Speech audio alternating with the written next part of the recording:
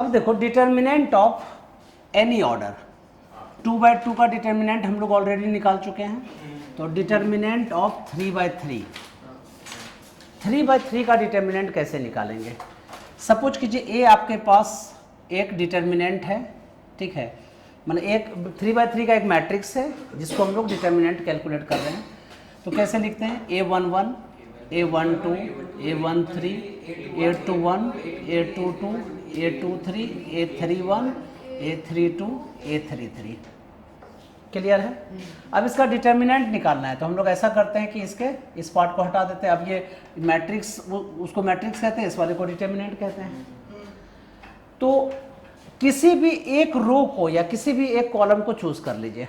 तो सपोज कीजिए हमने ऐसा किया, इसको चूज किया, तो A11 लिख लीजिए, इसके कॉलम और इसके रो को छोड़ दो, तो क्या बचेगा बताओ?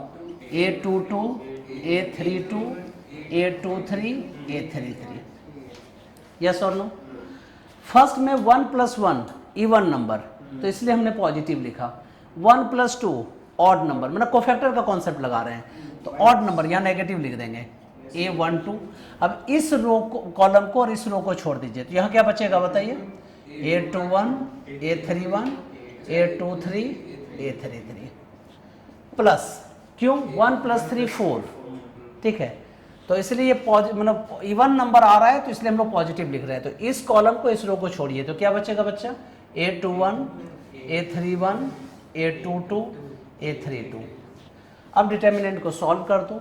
इसको इस तरह से भी कह सकते हैं, या यूं कहो कि A11 और ये क्या है? C11, A12 C12, A13 C13। तो किसी भी डिटर्मिनेंट को अगर 3/3 का मैट्रिक्स का डिटर्मिनेंट निकालेंगे तो इसका क्या फॉर्मूला हो गया? A11 C11, ठीक है, उसके बाद plus A12 C12 plus A13 C13। Similarly अगर A1, अगर जहां तुमको 1 1 नहीं करके सर मुझे 2 1 करना है, इस वाले को लेना है, तो क्या हो जाएगा? A21 C21 plus A22 C22। तुमको सर नेगेटिव साइन कहाँ गया? ये कोफैक्टर के अंदर ही तो ऑलरेडी नेगेटिव होता है, ठीक है। तो अब इसको सॉल्व कीजिए।